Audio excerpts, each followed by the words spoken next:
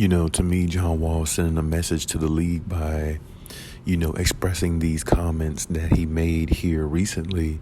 And you can actually check out, the site and everything yourself. You can check out Bleacher Report and a few other sites where you might be able to, see it. Well, you definitely be able to see it if you go to Bleacher Report, I believe, and a few other sites. But anyways, John Wall message to me really was something that I feel like the NBA should pay attention to, especially when you think about veteran players, because John Wall speaks about how, he felt like he was getting pushed out of the league.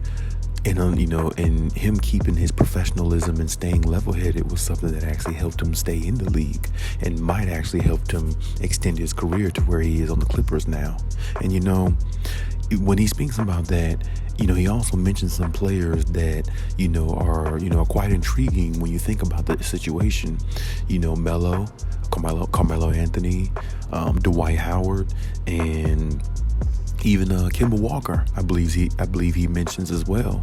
And he basically says that a lot of the veteran players are being kicked out of the league or being pushed out of the league, and there's really no reason for it, because when you think about a lot of young players in the league who are coming up and coming in the league and really playing at a high level, even like Luka and all those type young players, Devin Booker, all those, Ja Morant, whoever you want to consider, the veteran players make a difference. The veteran players are the ones who can school the young guys and get them in the right position to play at a higher level and be as good as the veteran players were at one time, or be even better than a player than they were at one time. You see what I'm saying? So I really agree with John Wall with those comments.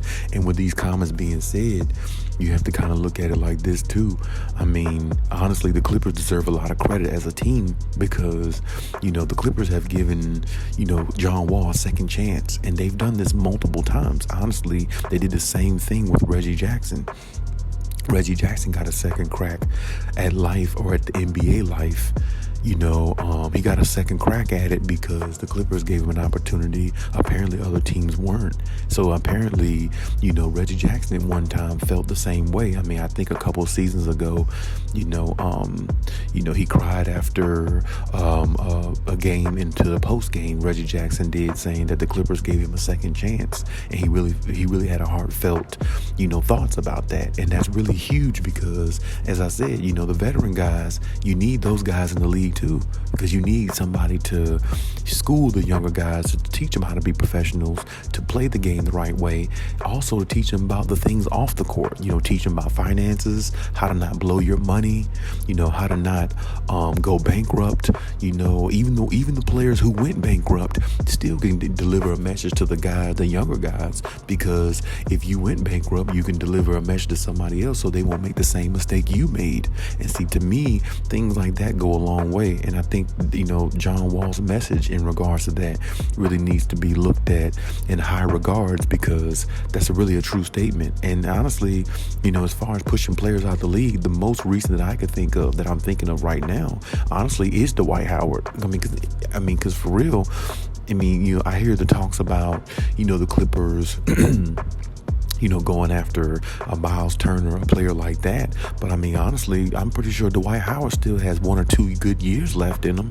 At least if you listen to Dwight Howard, he does. I didn't look at the game or whatever, but I saw some of the highlights with him playing in China, wherever he's playing at. He did score like 38 points. And I do understand that when NBA players go overseas, they tend to just dominate at times, because the game and the level of play is a lot different. And, we're the best players in the world, no matter what nobody says. In USA, we have the best talent in the world. That's why foreign players, come to the NBA to really make a name for themselves and get themselves at a higher position in life when in regards to basketball. Because, here in the USA, we have the best of the best players. We have the best of the best opportunities and a lot more. And that's no discredit to anybody from overseas overseas or any foreign player. But I mean, I think a lot of their goals is to make it here, not for us to make it there. So with that being said, it's like now you're looking at Dwight Howard over there overseas, where I think he still can play for a team. I personally think he still has about maybe 1 or 2 good years left in him as a big man. And hypothetically, if the Clippers had somebody like Dwight Howard just coming off the bench the way the Lakers did, but supplying him some minutes where he can give Zubac some good backup minutes and things like that, that would be great for the Clippers. I mean, I'm just saying this, and hypothetically, if they didn't have Diabate, or if they didn't have Moses Brown or anybody like that, I'm saying in regards to that, if they didn't have those guys,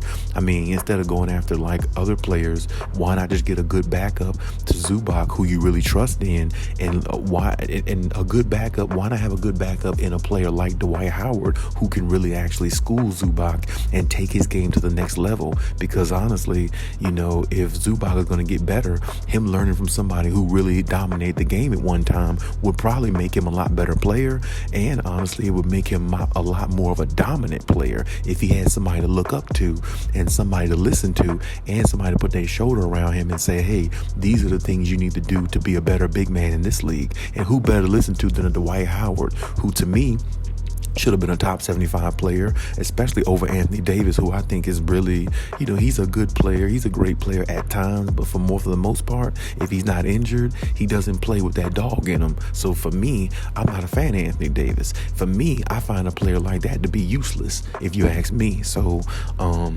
there again, I feel like, Dwight Howard is one of the players who got blackballed and pushed out of the NBA, which relates to John Wall's message and what he was saying, because the veteran players are getting pushed out for no reason, and it's like you can't run this league with just all young players. I mean, you can have young players there, but the veterans have to teach them things too. They have to learn things. If they don't have nobody to learn from, how would they ever be a better player than what they are? I mean, when you look at young players like Luka and players like that, yeah, I mean, they will get better over time, but there's certain things and certain nuances and certain, situations that they'll get into being an NBA star, being an NBA player, playing at the highest level, that they don't know how to get around, or they don't know how to fix, or they don't know how to succeed or get past. But that's what the NBA veterans are for. And this is the reason why I feel like John Wall's message really is very, very strong, and it really needs to be looked into even more so than what it probably will be, because I think the message really is very soundly and is very direct, and it's also very true. So with that being said, I hope that they don't continuously push veteran players out, or veteran players don't continuously feel like they're getting pushed out, because they're very well needed. I mean, because when you think about a locker room and you think about all it takes to win a championship and everything like that, the one thing that everybody always says, you got to have the right supporting cast, and you got to have the right people, you got to have the right environment to win a championship. And that's just facts, because when you look at the Warriors, their environment always been so good throughout the years, which is one reason that they've seen a lot of success. One reason why you might be seeing them decline now, because the Jordan Poole and the Draymond Green incident really changed the trajectory of that team and how they are looked at, and what's going on in that locker room and everything. And it's almost like their gameplay is reflecting it. I mean, even though Klay Thompson's not playing the way he used to, they still shouldn't be 1-9 or 1-8 or 1-9 on the road. They still shouldn't be that bad of a team, regardless of whether Klay Thompson is playing like that or not, because I mean, they got other players on there who can score, other players on there who can make up for what he's not doing at the current time, like a Jordan Poole. You see what I'm saying? So, but the struggles could be because of the environment, and it's toxic, and they're really just trying to piece it and keep it together. But really, it's really hard to keep something like that together when there's too much talk, too much confusion, and too much discombobulation in the organization. And Curry's playing his butt off, but it's really not mattering right now. So With that being said, that really, resonates loudly in regards to what John Wall is saying. So I'm glad the Clippers are one of those type teams that gives players a second chance. I'm really glad the Clippers are one of those teams that really feel the need to do that, and they feel good by doing that. And by them exercising that, I feel like that hopefully that might be something that can help propel them to win a championship. I mean, that alone right there should allow some people to think like, hey, I really hope this team wins a championship, because this is one of the teams in the NBA that gives players a second chance rather than being thrown out the league like they're no good anymore, like they're trash, or like they never had any game, or like they never really, did anything for the NBA in regards to contributing to ratings, whether winning championships or just being a player that a lot of people favored or liked.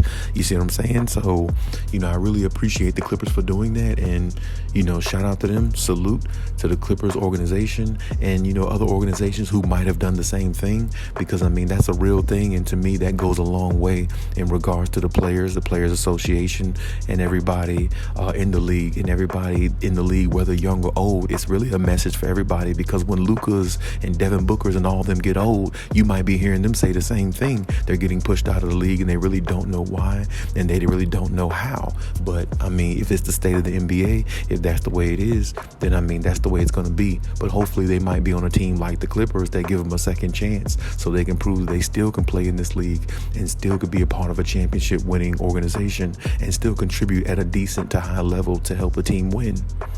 But hey, that's my take on everything. Leave any comments in the comment section. Check out my other videos if you haven't.